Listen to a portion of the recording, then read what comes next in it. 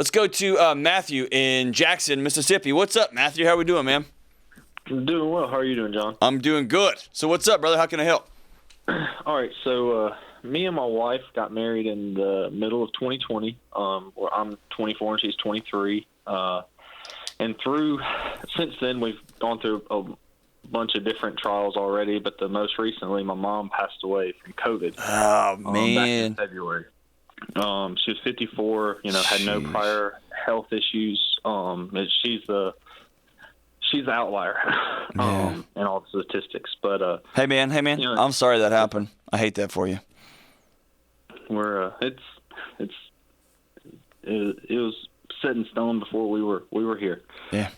Man. Anyway, so my wife is a surgical trauma ICU nurse here. Oh boy. Okay.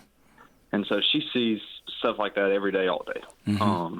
And so my question is how do we go about grieving this together?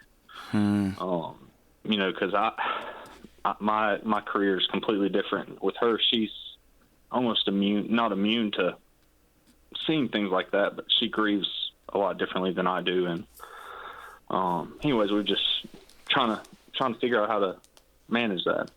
Well, man, I love your question, and the fact that you're asking this question at 23, 24 tells me you are way, way, way ahead of the game. You're a decade and a half ahead of where I was, man, or a decade of where I was when I figured this stuff out, man. So good for you.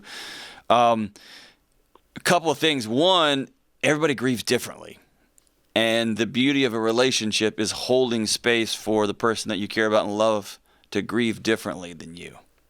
Mm-hmm. And continually leaning in, especially where it's uncomfortable. When you're saying, can we, for God's sake, just move on? This is not still a thing. Or you have to shower, right? Some of those frustrating moments with somebody else saying, how are you already over this? Like, I can't breathe. Or every time I see a picture of my mom, my heart stops again, right? And so it's just holding space, which means you have to have some really open and vulnerable conversations. And those can be tough, especially for newlyweds, because that's something that you practice along the way, right? And suddenly you guys got thrown into the deep end of the pool. How did you grieve your mom's death, man? Or have lately, you? We've started to. Okay. I've got a really good group a small group that meets once a week, and so that's been one of my outlets of grieving was just because I can, it's a group of guys we meet and I can be vulnerable with and talk about, how I truly am feeling. Mm-hmm. And so that's been one of my biggest ways. And we hadn't really grieved it completely yet. Yeah. It's still pretty raw. Yeah. Is your dad still in the picture? He is. It's been real tough on him, and it's part of me feels like I've not been able to grieve because of his grieving. Yeah. So they were. Go ahead. No, go ahead. Yeah, they were married for. They've been together about 40 years, or since they were in middle school and high school. Holy smokes! It's been real hard on the whole family. Yeah, so he's losing. Yeah, he lost 2/3 of himself, right? Mm-hmm.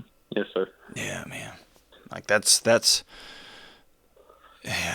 when you learn, like you lose the ability to breathe and the ability to think and the ability to make any sort of decision because those things have been intertwined in another person and you wouldn't trade it for the world, right? But man, that's an abrupt end and it's heartbreaking and it's hard to even wrap your head around it, man. So in the same way that your wife is going to have to create space for you that's going to look different from one another, you and your dad are going to grieve differently too. And where that can get hard is you're going to feel like I'm not grieving like he is, or I'm not grieving enough, or he's overdoing it, or he's underdoing it. And one of the ways we distract ourselves from our own pain is by looking out into the world and trying to make judgments on it. Right? Trying to say, you're not doing enough, you're doing too much, I can't believe you said that, leave me alone.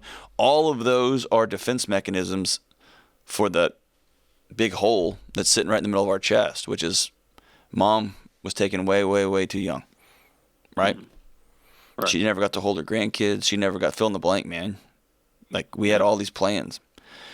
And were y'all able to have a funeral? We were. Good, good. So that really put good closure to it, but not closure. It was a way to say I love you through a ceremony, right? Yeah. Closure is going to take years. And if you leave a funeral thinking this should be done now, then you end up attaching shame and frustration, and it leaks out all over the place in being short with people and being angry and firing off emails and not sleep and all those other ways, because your body's still trying to process this grief. But we've got hey, it should be over now. You get 3 days off of work and get your butt back in the office, right? So what I would challenge you with is to find the things that help you grieve and honor your mom. Whatever that looks like. If that's writing mom a letter, if that's opening up an email account that only you and your wife have access to, and you write your mom an email once a week, just to say you miss her, just to tell her something funny happened. I don't know what your relationship with her was like before this, but there's something about the continuity there, the continually letting some of the stuff out in a planned way. It'll find its way out. And then back to your wife, for folks who work in trauma, you have to have a separate process for professional secondary trauma and your own personal real trauma. Mm-hmm. I've seen this over and over, and I've done it myself, which is, man, if you live and work in the trauma of other people for a living, it's real easy to say, hey, that's just a body. Or, yep, people die. Let's go ahead and set this up.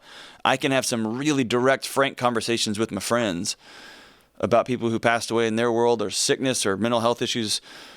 I've got to really hold space to own my own pain.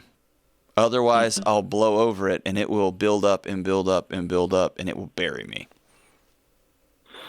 Mm-hmm. And so it may be that your wife has just rolled mom up in this season as yet another trauma, as one. It's what I do. It's how I process it. And what I'll tell you is, man, she's going to be burnt out on that job within a few years and be really struggling with purpose and value in what I do next. Yeah. And I would recognize she may not have known you. How long does she know your mom? 2 years, 3 years, 5 years? About 3 years. Okay. So it's a big deal, not near what it is for you. Mm-hmm. And what she's got to learn to hold space for is that you're grieving hard and that the guy she loves is struggling. Mm-hmm. Right? Yeah. And she does a really good job about making sure I'm doing okay and just asking, how Sure. I was emotionally that day. So she does a great job doing that. Good. And for us, it's hard because she'll come home and, she's a verbal processor where she'll start talking about her day and yeah. Nope. Nope. Yeah. So listen, people who work in trauma also bury their spouses with. Whenever I'm training, medical students or counseling students or doing continuing ed for those groups, I'll always say, don't ever use your spouse as a garbage bin. They didn't sign up for that. So if you need somebody to talk to you about what you've seen, you should have a group at work or nurses, whatever, that you process that kind of stuff with. I've got 2 or 3 people in my life that I could process the actual things I saw, right? I could talk to it with Dr. Long. I could talk to it with Sarah, with Andy. I could talk to it with a couple of my teammates, and that was about it. I remember a couple of times hanging out with my closest buddies and say, guys, guess what I saw last night? And I would tell them about some extraordinary scene.